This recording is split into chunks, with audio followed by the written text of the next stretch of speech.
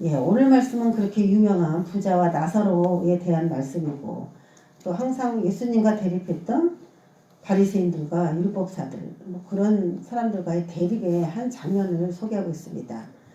그런데 이것이 서로 동떨어진 이야기처럼 보이지만은 이것은 돈을 좋아하면 이런 설명 때문에 예수님께서 좋은 예화로 한 예를 들어서 오늘 설명해 주신 그런 이야기이기 때문에 결국 같은 의미라고 볼 수가 있습니다. 이 중에 이제 예수님께서 바리새인의 문제점이라고 찝었던 것이 돈을 좋아하는 것이기 때문에 그거를 이제 오늘 첫 절에 찍어냈는데 돈을 좋아하는 자들이라. 왜 그러냐면 하나님과 재물을 겸하여 섬길 수 없다. 그렇게 얘기하면은 이 돈도 신의 영역인가 보다. 우리가 돈을 좋아하죠. 그렇죠? 돈을 좋아하는데 이 돈을 좋아한다라고 하는 이제 이런 거를 잘 생각해 봐야 되는데 돈이 많이 있다, 돈이 없다, 그것이 돈을 좋아한다, 아니다. 그렇게 말할 수는 없는 거예요. 근데 돈을 좋아한다, 이것은 이제 불법을 행해서까지 돈을 얻어내고자 하는 그런 과한 행동이 유발이 된다면 그건 100% 돈을 좋아하는 거죠. 불법까지도 불사하고 돈을 얻어내려고 한다면 지금 전 세계가 중공의 돈에 의해서 굉장히 많이 좌지우지되고 있구나 이런 생각이 많이 들어요. 돈을 얼마나 뿌렸길래 참 계속되는 이 배신과 배신. 돈 앞에 사람들이 양심을 다 내려놓고 있습니다. 그만큼 돈과 권력 이런 것들에 사람의 마음이 많이 뺏기나 보다 이런 생각을 하게 되는데 그럴 정도로 자기가 중심을 잃을 정도로 돈에 치우쳐서 살아가고 있다면은 그건 분명히 돈을 좋아하는 것이겠죠. 양심적으로 돈을 벌고 양심적으로 일을 해서 수고해서 이렇게 쌓아놓고 저축하고 이제 그런 부분에 대해서는 좋아한다고 얘기할 수도 있고 아닐 수도 있는데 또 그 외에 그렇게 번 돈을 우리가 또 어떻게 사용하느냐에 따라서 어려운 사람을 보더라도 전혀 마음이 동요되지 않는다. 나 혼자만 잘 먹고 잘 살면 된다. 이런 생각을 갖게 되고 움켜쥐게 되면 그것도 결국 불법으로 돈을 버는 건 아니지만 돈을 좋아하는 하나의 행위가 되겠습니다. 자, 이 바리새인들도 종교 지도자들이었는데 문제점이 돈을 좋아하는 거였어요. 이 모든 예수님의 돈을 사랑하면 안 된다. 돈도 신이다.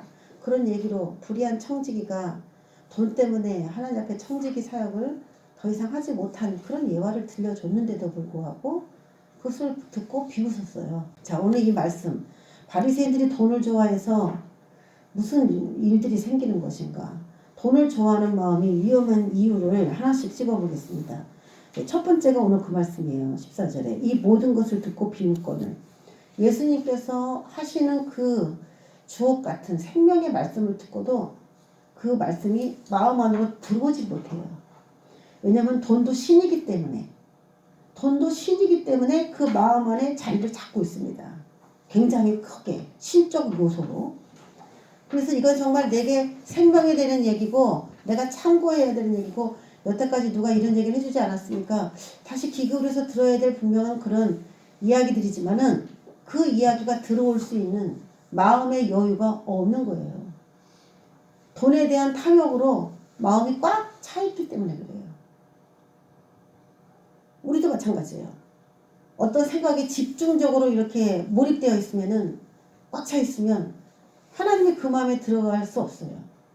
자꾸 비워야지 하나님이 들어오시는데 세상에 어떤 것에 꽉 잡혀 있어 버리면은 하나님이 좋은 말씀을 하시고 메시지를 주시려고 해도 안 들리는 거예요. 담을 수 있는 그릇이 여유가 없기 때문에 그렇습니다.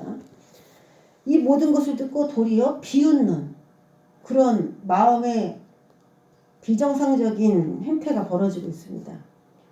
두 번째 16절에 나오죠. 율법과 선지자는 요한의 때까지요. 그 후부터는 하나님 나라의 복음이 전파되어 사람마다 그리로 침입하느니라. 예수님께서 아주 놀라운 말씀하셨어요. 율법과 선지자는 세례 요한의 때까지 딱 해야 된다. 자, 마태복음 11장 12절에서 13절에도 모든 선지자와 율법이 예언한 것은 세례 요한까지다. 그리고 천국은 침노를 당한다. 이렇게 마태복음에서 이야기를 하셨죠.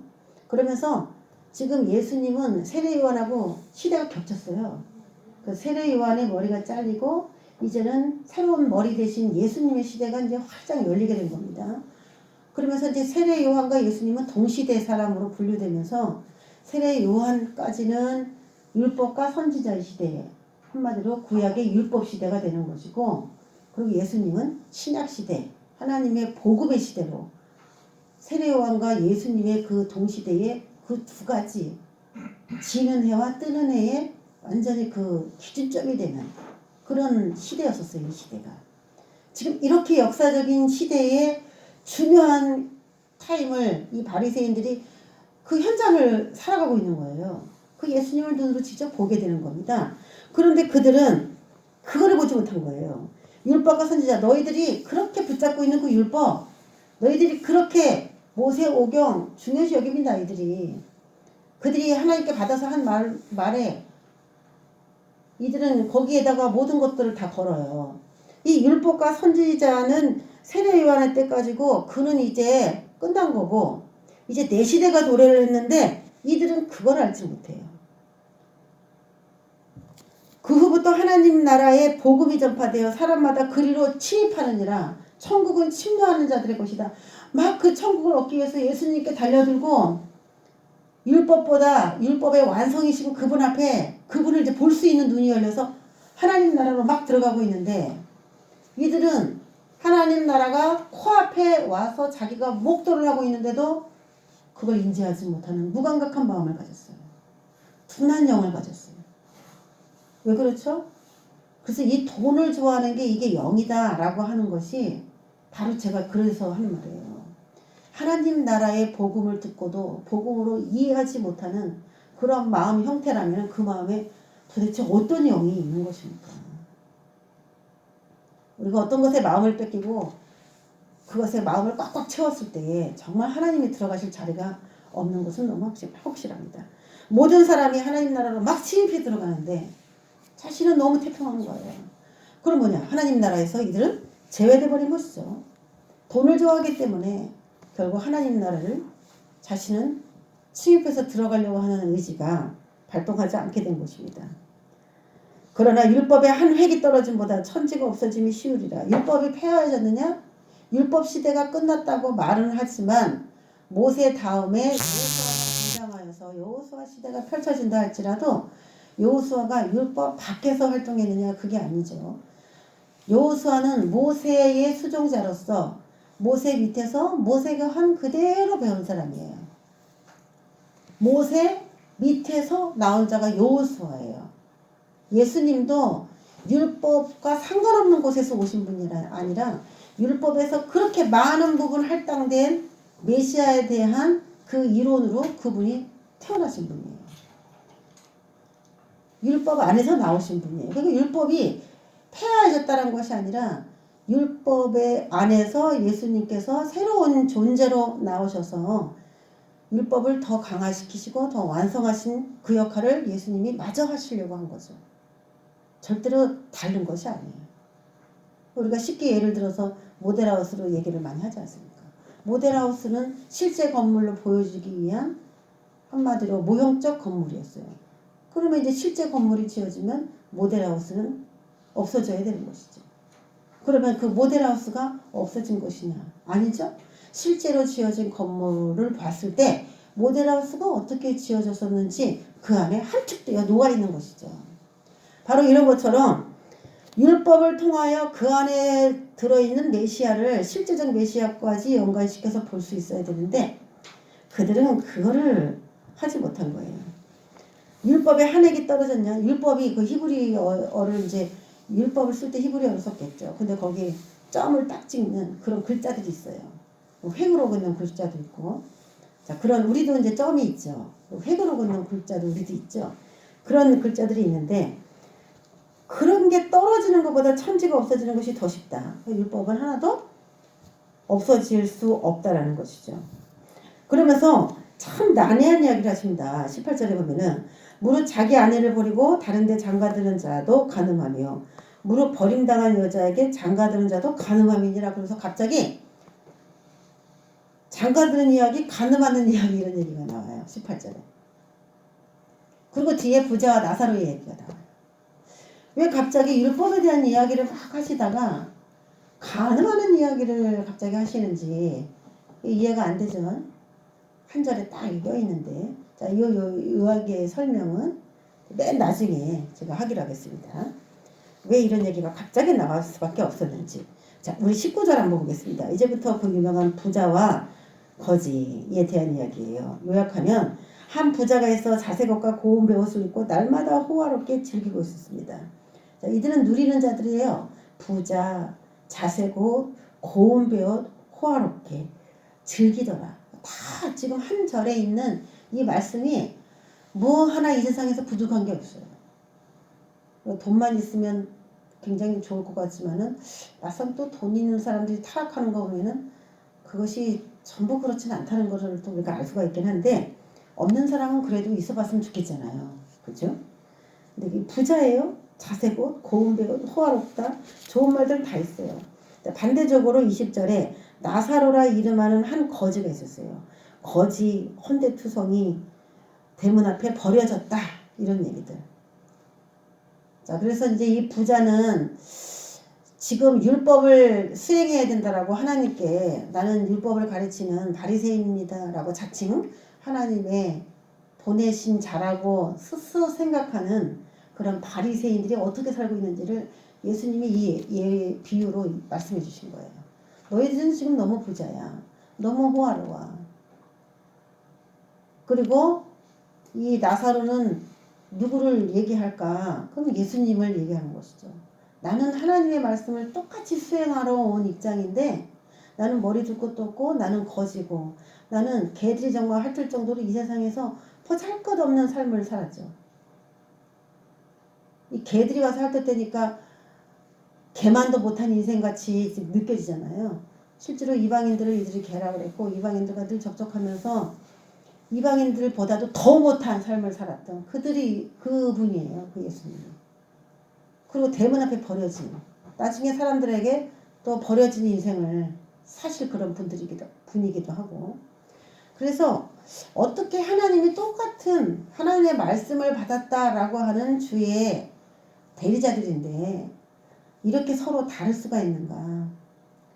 요즘같이 이렇게 추울 때는 뭐가 소원이에요? 따뜻한 집에서 살아봤으면 좋겠다. 이게 소원이죠? 따뜻한 집에서 반팔 입고 사는 사람은 얼마나 좋을까. 추운 사람들은 이제 그래요. 근데 바깥에 있는 사람들은 그래도 머리를 둘 수 있는 집에 있는 사람은 얼마나 좋을까. 조그만 집에 사는 사람은 큰 집에 사는 사람은 얼마나 좋을까. 응? 큰 집에 사는 사람은 따뜻한 집에서 살고 싶고 욕심이 한이 없는데, 이 부자는 모든 것이 다 만족된 그런 사람이에요. 거기에 비해서는 예수님은 정말 노숙자 같은 그런 삶을 사신 분인데, 삶은 누가 봐도 바리새인이 우월해요. 하나님께 축복받은 사람도 바리새인 같고요.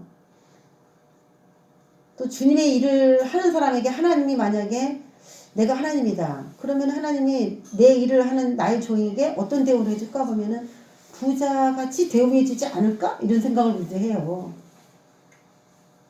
하나님이 나의 사랑하는 종에게 호화롭게 고운 베옷으로 자색 옷으로 부자로 그렇게 살게 하지 않을까?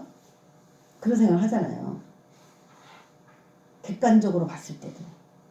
거지같이 사는 주의 종을 보고서 야 진짜 하나님이 함께 하신다. 어떻게 저렇게 하나님이 함께 하시냐. 이렇게 말하는 사람이 과연 누가 있겠습니까?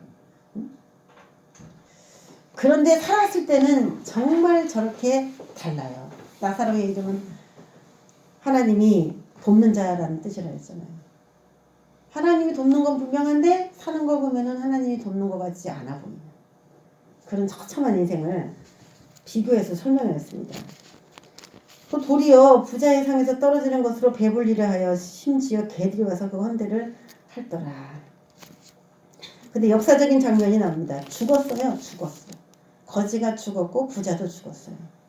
그래서 하나님이 지금 바리새인에게 하고 싶은 게 뭐냐면은 지금 권력과 그 중국의 돈에 타협하고 나라를 팔아먹고 부정부패에 넘겨버리고 하는 지금 이 시대의 병폐들, 살아있을 때는 잘 나가는 것 같죠. 그게 잘 사는 방법인 것 같죠. 미국을 보면 아주 어떻게 저렇게 중국의 입김이 저렇게 셌을까? 전 세계에 뻗친 그 손이 어마어마하다 이런 생각이 들어요. 어떻게 저렇게 과감한 영향력을 펼칠 수 있을까? 포섭되지 않은 사람이 전혀 없을 정도로.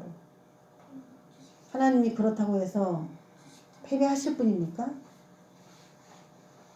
우리는 그런 수치, 누군가가 더 불리하다 그런 수치로 따져서 이겼다 졌다를 말하는 그런 사람들이 절대 되면 안 됩니다. 할렐루야. 지금 볼 때는 누가 이긴 것 같고 누가 진 것 같고 거의 눈으로 볼 땐 그렇게 나오지만은 하나님은 수치 가지고 몇 프로? 그런 거 가지고 아유 포기해야 되겠네 그러시는 분이 아니에요. 그 수치가 도리어 몇 프로다 누가 몇 프로다 그렇게 말하는 그 프로테이지 수치 때문에 그 수치가 도리어 하나님을 영광되게 했었던 기록들이 워낙 많아요. 그러니까 우리는 끝날 때까지 끝났다고 말하면 절대로 안 되는 사람들입니다. 끝날 때까지 절대 누가 승리했대 누가 이겼대 그런 얘기를 절대 믿음의 사람들이 그런 말을 하면 안 돼요. 끝까지 두고 가야 되는 것입니다. 어떻게 되는지 과연 그런 부자 자세고 고운 배옷으로 포섭하고 그걸 같이 먹고 즐기던 그 사람들을 하나님께서 영원히 너의 호화로움이 한이 없을 것이다 그렇게 약속을 해줄 수 있었느냐? 그건 절대 아니라는 거예요. 그것은 이제 몰락으로 들어가는 거죠. 거지도 죽었어요. 부자도 죽었습니다. 천사들에게 받들려 아브라함의 품에 들어가고 부자도 죽어서 장사됐습니다. 예, 죽어서 아브라함의 품이 지난 음부론 할 때 제가 잠깐 이야기를 했었죠. 아브라함의 품이 어디냐? 어디라고 말하기는 참 입장이 그렇지만 한 가지 분명한 건 아브라함은 헤브론의 막벨라굴에 묻혔다는 것입니다. 그래서 모든 믿음의 사람들이 죽으면 헤브론 막벨라굴 속에 들어갔고 그곳은 그 굴은 부활을 약속받은 그런 장지였어요. 장지. 그래서 지금 아브라함은 부활될 사람으로 그렇게 되어 있는 인식된 하나님은 아브라함을 살아있는 자로 그렇게 인식하셨습니다. 죽은 사람으로 인식 안 하셨습니다. 그런 품으로 부활이 약속된 그 품으로 들어갔다는 얘기예요.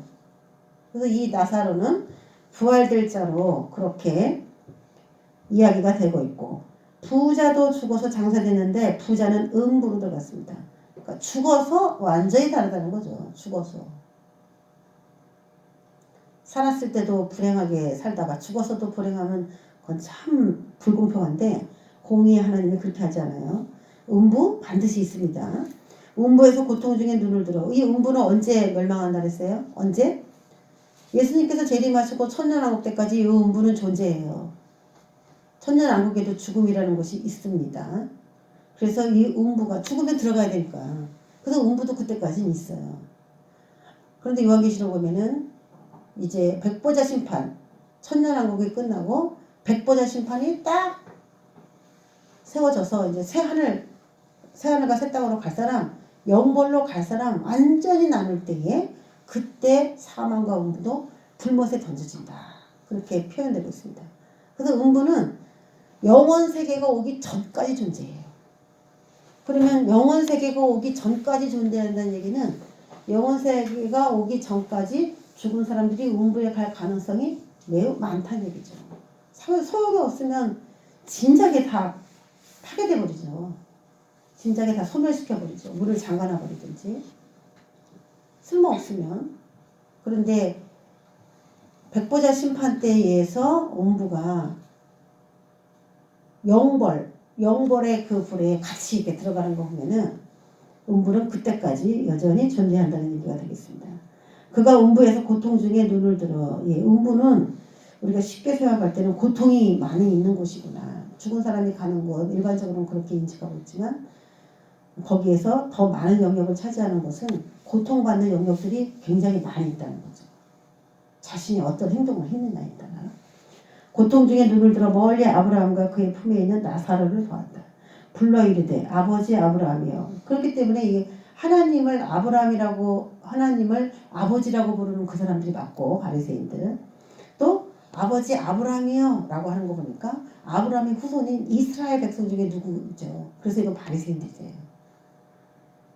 그러면 이들이 율법을 잘 지켰으면 율법으로는 의를 이룰 수 없지만 그래도 마음까지는 선하게 하라 그런 율법이 없어요. 행동만 선하게 하면 돼요. 율법이 더 쉽습니다. 근데 은혜로 우리가 복음 안에 있는 삶은 더 어려워요. 마음으로 가늠한 자는 그것도 간음이고요. 마음으로 형제를 미워해도 그것도 살인죄이기 때문에 마음까지도 봅니다. 복음은. 왜? 성령이 우리 마음 안에까지 들어오기 때문에. 근데 구약에서는 성령이 마음 안에 안 들어오시기 때문에 그들의 행동만 가지고 사람 안 죽였으면 살인죄가 아니에요. 간음을 실제로 하지 않았으면 간음죄가 아니에요. 그러니까 율법을 지키기가 사실 더 쉽습니다. 근데 그렇게 하려고 하다 보니까 이게 안 되는 거예요. 안 되니까 행동만 바꾸려고 하는데도 안 돼요. 그래서 율법을 잘 지키는 사람은 자기가 바리새인처럼 나 율법을 잘 지켜 에헴 하면서 이렇게 다니는 그런 식으로 살 수 없어요. 그런 사람은 그렇게 살지 못해요. 어떻게 살게 되느냐? 왜 나는 율법을 잘 지키려고 하는데 되지 않을까? 더 그 고민에 빠지게 돼요. 우리가 행위를 바꾸려고 한다면 그런 딜레마에 빠져요. 그랬을 때 예수님이 딱 오셨을 때 너 그래 너 죄인이지 너 그렇게 의롭게 행동하려고 하는데 안 되지? 그렇게 말했을 때 그 사람들이 예수님을 붙잡는 거예요. 내가 죄인이에요. 의롭게 행동하려고 하는데 안 돼요. 그럴 때 성령이 안에 들어와서 안에서 그 사람을 돕는 겁니다.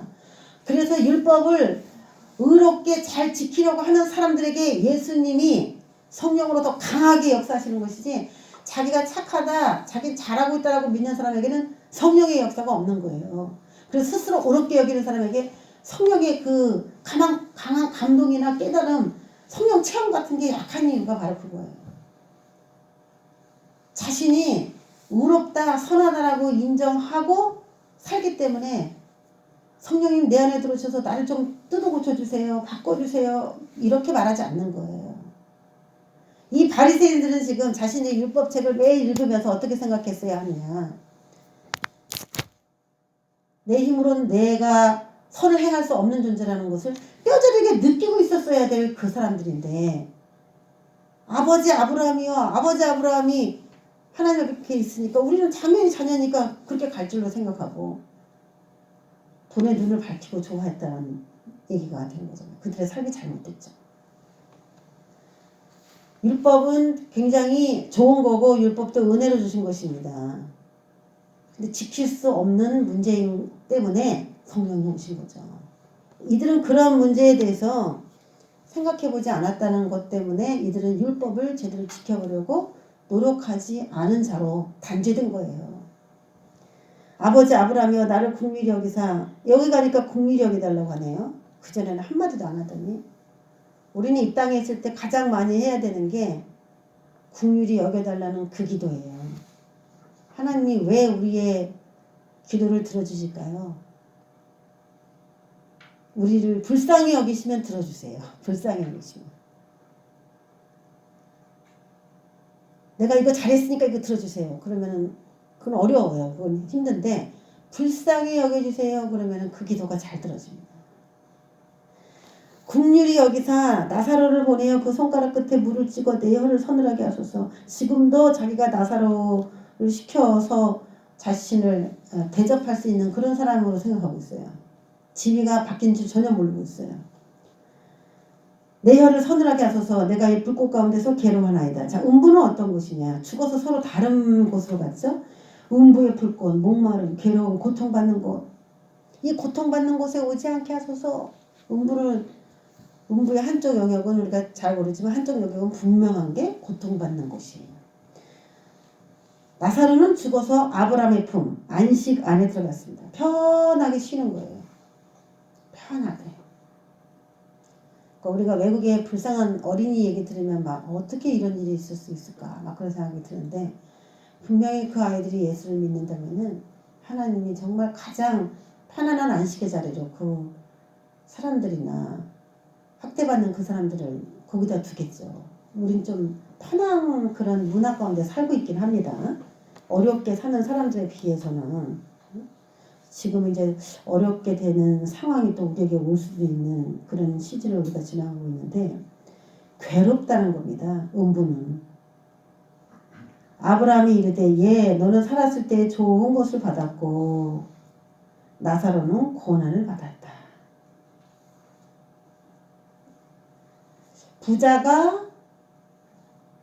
부자에게 하나님이 돈을 주시면서 부자에게 그것이 유익되게 하려면 돈이 유익되게 하려면 부자가 어떻게 했어야 할까? 네, 돈은 좋은 거예요. 좋은 거니까 부자가 그것을 유익하게 잘 사용했으면 참 좋았을 텐데 부자는 돈을 사용하는 데 있어서 실패했어요. 그리고 나사로를 도우면서 자기가 죽어도 아브라함이 거지처럼 살았어요? 아브라함이 부유하게 살았어요? 거지처럼 살았어요? 부유하게 살았죠? 그런데 이 부자는 음부해갖고 아브라함은 부활이 약속된 땅으로 들어갔잖아요. 그리고 나사로도 아브라함의 품속에 들어갔잖아요. 아브라함도 부자였고 부자도 부자였어요. 욥은 부자예요? 가난했어요? 욥도 부자였어요. 그런데 그 사람도 하나님이 인정했어요. 믿음을. 그럼 하나님께서 이 부자에게 바란 것이 뭐냐? 너 돈을 다 버렸어야지. 그걸 불쌍한 사람에게 다 줬어야지. 그게 아니에요. 다 줬어야지. 그게 아니에요.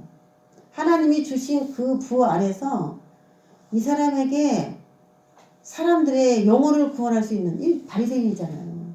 사람들의 영혼을 구원할 수 있는 자금으로서 주셨다고 생각하고 그것을 그 사람들을 위해서 사용했으면 바리새인에게 하나님이 재정을 더 부었을 겁니다. 자신에게 얼마든지 유익하게 할 수 있는 그런 재정일 수 있었는데 이 바리새인도 불의한 청직이었죠. 하나님 앞에 돈을 제대로 사용하지 못한. 그러니까 굉장히 이 세상에서 그 재정을 가지고 가장 죽어서도 인정받을 수 있는 그런 삶을 살 수 있는 그런 부자였는데도 이 부자가 그 자기 대문 앞에 있는 그 나사로를 거부함으로 인해서 그 나사로만 도와줬다면 어떻게 됐을까요? 하나님이 그 부자를 절대로 음부에 버리지 않죠. 근데 그런 실책에 의해서 그런 욕심을 제어하지 못한 거에 의해서 돈을 너무 좋아한 거에 의해서 결국 패망해버린 가장 축복을 많이 받았으면서도 그 축복을 제대로 누리지 못하고 끝내버린 아주 불쌍한 사람이 되버립니다. 아주 불쌍한 사람.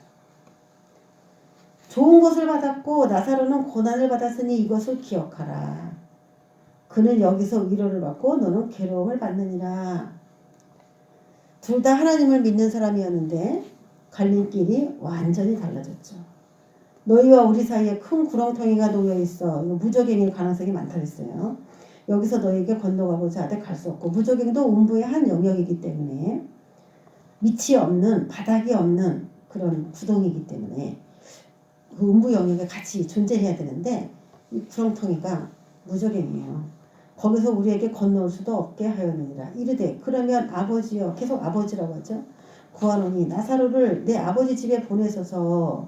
여기서부터 제가 얘기하려고 그래요. 이제 내 아버지 집에 나사로를 좀 보내주세요. 그래서 이 나사로가 예수님일 가능성이 많은 거예요. 예수님이 자신에 대한 이야기를 나사로라는 이름으로 하나님이 돕는 자라는 이름으로 내가 지금은 너희들에 비해서는 좋은 옷도 못 입고 이렇게 누가 볼 때는 막 형편없죠. 예수님의 옷차림이나 잡수시는 음식이나 살아가는 방법이. 그런데 죽어서 달라지는 거에 대해서 이야기한 장면들이 이 밑에 쭉 31절까지 쭉 거론되고 있습니다. 그래서 하나님이 보낸 두 부류의 사람 중에 하나는 바리새인, 하나는 예수님을 정확하게 표현한 거예요. 아버지여 구하노니 나사로를 내 아버지의 집에 보내소서. 예수님이 돌아가셨다 분명히 다시 이제 성령을 보혜사, 또 다른 보혜사, 성령님을 우리에게 보내주셔서 예수님도 보혜사셨죠? 근데 또 다른 보혜사, 그래서 성령님이 오셨는데 내 형제 5이 있으니 그들에게 증언하게 하여 그들로 이 고통받는 곳에 오지 않게 하소서. 살아서 가서 증언하게 해주세요 라고 말했습니다. 여긴 너무 고통스러우니까. 아브라함이 이르되 그들에게 모세와 선지자들이 있으니 그들에게 들을지니라. 지금 현재 모세와 선지자들이 그들에게 준 율법이 있어요. 자, 제가 아까 18절을 얘기하지 않았잖아요. 18절. 그런 얘기를 지금 연결해서 하시고 계십니다. 모세와 선지자들이 있으니 그들에게 들을지니라 이렇게 말해요. 율법이죠, 율법. 그래서 아까 뭐라고 얘기했습니까? 율법에 대해서 율법과 선지자는 요한의 때까지다. 여기까지 딱. 그리고 이제 새로운 시대가 열린 거야. 복음의 시대. 이런 얘기를 쭉 하다가 갑자기 자기 아내를 버리고 다른 데 장가드는 자도 가늠하며 무릇 버림당한 여자에게 장가드는 자도 가늠함이니라. 이런 말씀을 하셨단 말이에요. 그런데 갑자기 막 설명하시다가 모세와 선지자들이 있으니 라는 이야기로 다시 이렇게 연결해 가셔요. 모세와 선지자들이 있으니 그들에게 들을지니라. 율법을 너희들이 제대로 하나님의 마음으로 읽었다면 굳이 나사로가 죽었다가 살아나서 이건 진짜야. 내가 죽었더니 네가 아는 그 사람이 음부에 있었어. 불꽃 가운데 있었어. 막 이렇게 설명해서 납득시키지 않아도 율법으로 이미 받을 수 있는 선악을 행할 수 있는 기준은 이미 다 줬다는 거예요. 율법으로. 율법에 무엇 이렇게 하면 복을 받고 저렇게 하면 저주를 받는다. 확연하게 이미 다 추워졌어요. 그게. 모세와 선지자들이 있으니 그들에게 들을지니라. 이르되 그렇지 아니하니이다. 아버지 아브라함이여 만일 죽은 자에게서 그들에게 가는 자가 있으면 회개하리다 이랬어요. 아, 이거 굉장한 얘기예요. 예수님께서 지금 현재 자신을 따르지 않는 바리새인들에게 지금 얘기하는 거거든요. 현재 지금 자기를 따르지 않는 바리새인들에게 지금 내가 살아있을 때에 얘기해도 안 듣고 율법을 너희가 맡았는데도 안 듣는다면 내가 죽어서 성령이 오셨을 때도 너희들은 여전히 제외될 거야. 이런 뜻이에요. 말로 해도 안 듣고 율법으로 그렇게 줬는데도 율법 속에 메시아가 어떻게 오실 것인지 다 예견되어 있습니다. 메시아가 오셔서 어떤 일을 행하실지 뭐 너무나 자세하게 기록되어 있어요. 그럼 예수님이 율법대로 행동하셨기 때문에 그분이 메시아라는 것을 조금 더 의심할 필요가 없는데 이들은 그 율법을 부정하고 있어요. 그리고 지금 말씀이신 그분이 친히 오셔서 눈앞에 보이는데도 그게 안 믿어지고 비웃고 있어요. 지금 살아있을 때 모세가 살아있을 때 전했을 때 선지자들이 살아있을 때 전했을 때 예수님이 직접 오셔서 전했을 때 이럴 때도 믿지 않고 받아들이지 않는다면 내가 죽어서 성령시대가 도래하고 하나님의 복음이 만천하에 그렇게 공포된다 할지라도 너희들은 여전히 하나님의 나라의 복음에서 제외될 것이다. 이게 다 왜 온 거예요? 돈을 좋아하기 때문에 그렇다. 성경 읽어도 왜 못 깨달아요? 성경 읽어도 왜 내 마음속에 울림이 되지 않아요? 그냥 글씨로 읽어져요. 왜 그래요? 하나님 이외에 다른 것들이 마음속에 너무나 많이 자리 잡고 있기 때문에 읽어도 이게 무슨 뜻인지 읽어도 이게 어려운 겁니다. 담을 수가 없는 거예요. 비워야 그분이 들어가십니다. 할렐루야. 비워야 들어가시는 거예요. 그래서 모든 영성의 시작은 채우는 게 아니에요. 비우는 것부터 해야 돼요. 비우는 거. 채워서 채워질 수 있는 게 절대로 아닙니다. 세상의 모든 건 채우면 채워져요.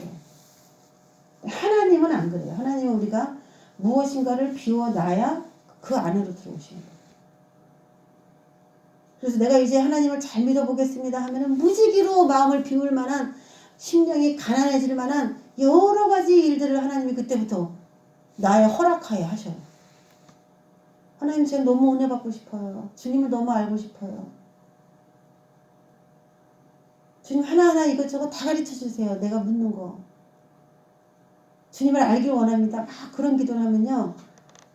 그때부터 우리 삶의 모든 아름다워 보이는 것들이 하나하나 걷어져 가요. 그것 때문에 하나님을 볼 수 없었던 거예요. 그것 때문에.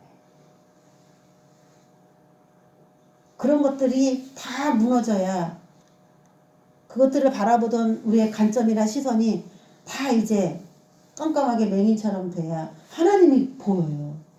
그 무너져 있는 그 삶 속에서 하나님이 보여요. 광채로. 그래서 우리는 다 축복받고 다 잘되고 풍요로운 가운데 하나님도 더 많이 알면 더 좋겠지만 우리의 마음이 참 그렇게 되지 않았다는 거. 그게 이제 문제죠.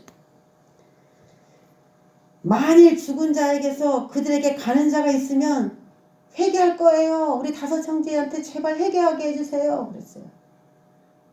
그러니까 아직도 이 부자의 다섯 형제는 회개하지 않았다는 것인데 이건 또 누구겠습니까? 다 바리새인이죠. 이 집도. 그 가정의 바리새인이면 싹 다 바리새인 아닙니까? 지금 예수님이 모세보다도 더 위대하신 분인데 그분이 지금 메시지를 던지는데도 비웃고 안 듣는다면은 죽은 다음에 나타나셔도 그 사람들은 여전히 주님을 받아들일 마음의 준비가 되었지 않다는 것입니다. 31절에 이르되 모세와 선지자들에게 듣지 아니하면 비록 죽은 자 가운데서 살아난 자가 있을지라도 권함을 받지 아니하리라. 내가 죽었다가 살아나도 절대로 믿지 않을 것이다. 이런 얘기를 해줘요. 자, 한번 비교해봅니다.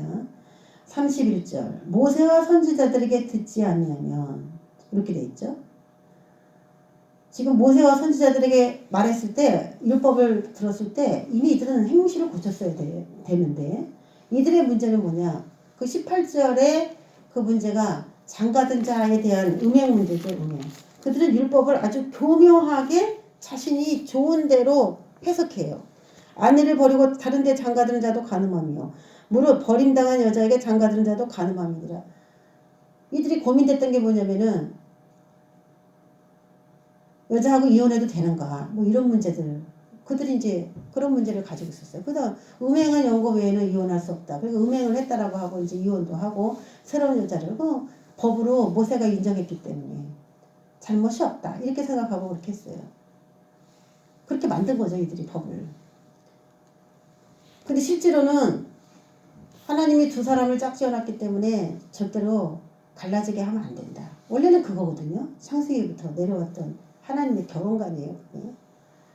근데 여자랑 이혼하지 않는다는 이유로 여자를 너무 모질게 구박하고 힘들게 한다면은 그 여자를 위해서 그 남자의 너무 완악함으로 인하여 모세가 이혼을 허락한 것이다. 그런 규정입니다. 이혼을 허락한 것이 아니라 너희가 이혼을 안 해주고 그 여자를 학대하는 그 악함 때문에 그 여자를 보호하기 위해서 이혼을 허락한 것이었다.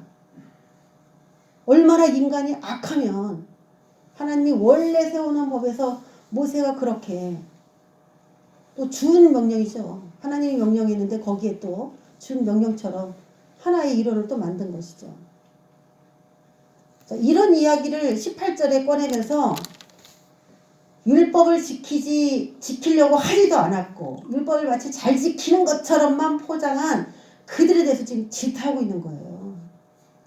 모세와 선지자에게 듣지 아니하면 사람이 죽었다가 깨어나가지고 이것이 진짜 음부라는 것이 있어요. 고통받는 곳이 있어요. 아무리 말해도 그들이 못 들어서 못 믿는 것이 아니라 이미 믿을 만한 그런 말씀들이 그들에게 주어졌는데 그들은 그걸 들을 수 없는 그런 영적 상태였다는 것을 예수님께서 얘기하시는 겁니다. 그래서 갑자기 18절에 장가드는 얘기, 음행에 대한 얘기를 하신 거예요. 그거는 율법을 그냥 대표해서 하신 말씀이에요. 18절 이혼 문제를 통해 율법의 진정한 가치에 대한 바리새인들의 무지를 지적하고자 하신 거예요.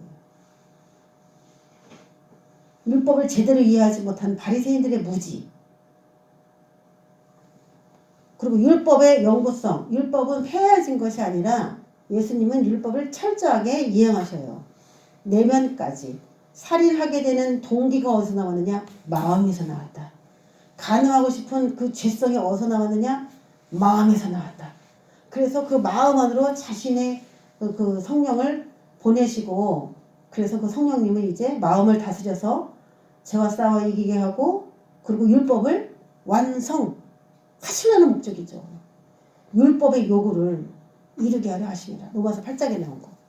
성령께서 생명의 성령의 법이 오신 것은 율법과 상관없이 성령이 혼자서 막 행동하시려고 하는 게 아니라 그분이 생명의 성령의 법이 우리 안에 오셔서 율법의 요구를 이루려고 오신 거예요.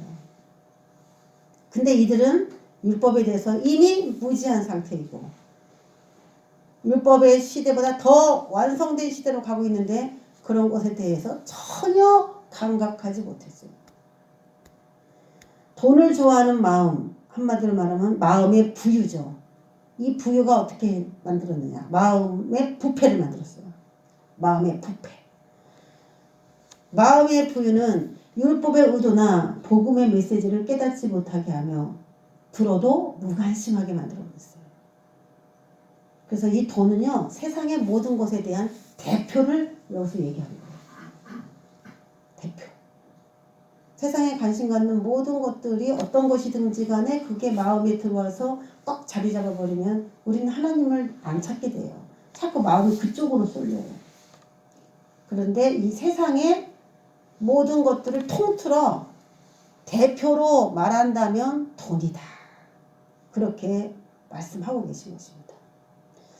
우리가 요즘 최근에 가장 마음에 많이 두고 있는 그런 생각이나 계획은 무엇인가? 내가 하루에 가장 많은 계획을 세우는 그 포커스가 과연 무엇인가에 따라 하나님이 여러분에게, 저와 여러분에게 아무리 반복적으로 말씀하셔도 때로는 안 들릴 수가 있는 거예요. 그러니까 인생이 미혹을 받아서 엉뚱한 길로 가게 된다. 우리 마음이 그렇게 선택을 하게 되더라는 거죠. 자기가 만들어 놓은 것이죠. 마음이 부패되도록 자기 자신이 만들었기 때문에 자신이 미혹의 길로 가는지도 모르고 끌려가게 되었더라는 거예요. 오늘 이 시간 잘 이 말씀을 생각해 보시면서 우리 돈이 많아서 부자는 아닙니다. 내가 과연 마음속에 가장 부자처럼 많이 갖고 있는 게 무엇인가? 버려야 할 부유는 무엇인가? 하나님과 맞바꿀 수 있을 만큼의 부유가 대신 들어와 있는 건 무엇인가? 나도 부자입니다. 그런 마음으로 기도하시기 바랍니다. 나도 부자다. 요거를 비워야 되겠다. 그런 거. 나는 오늘 나사롭니다. 이렇게 기도하시지 말고 하나님 나같이 없는 사람이 어디 있습니까? 막 이렇게 기도하지 마시고 꼭 돈만 많다고 부자가 아니고 뭐든 다 부유한 게 많이 있을 수 있어요. 자, 그거 하나하나 생각하시면서 그것을 버리면 주면에가 더 임하겠구나. 그렇게 생각하시면서 오늘도 기도를 승리하신 저와 여러분 되시기를 주의 이름으로 축원합니다. 기도하겠습니다. 하나님 아버지, 우리도 다 종교인이고 하나님께서 주신 말씀 가운데 받으며 살아가는 사람이지만 바리새인들이 자신이 신앙생활을 마치 잘하는 것처럼 여겼듯이 우리도 그런 착각 속에 있을 수 있습니다. 하나님, 내가 부유해서 주님이 어떤 말씀을 하셔도 비웃고 복음도 듣지 못하는 그런 아둔한기가 되지 않았는지 그 부유한 것이 무엇인지를 오늘 이 시간 기도하면서 성령님 조명하여 주시고 알려주시기 바랍니다.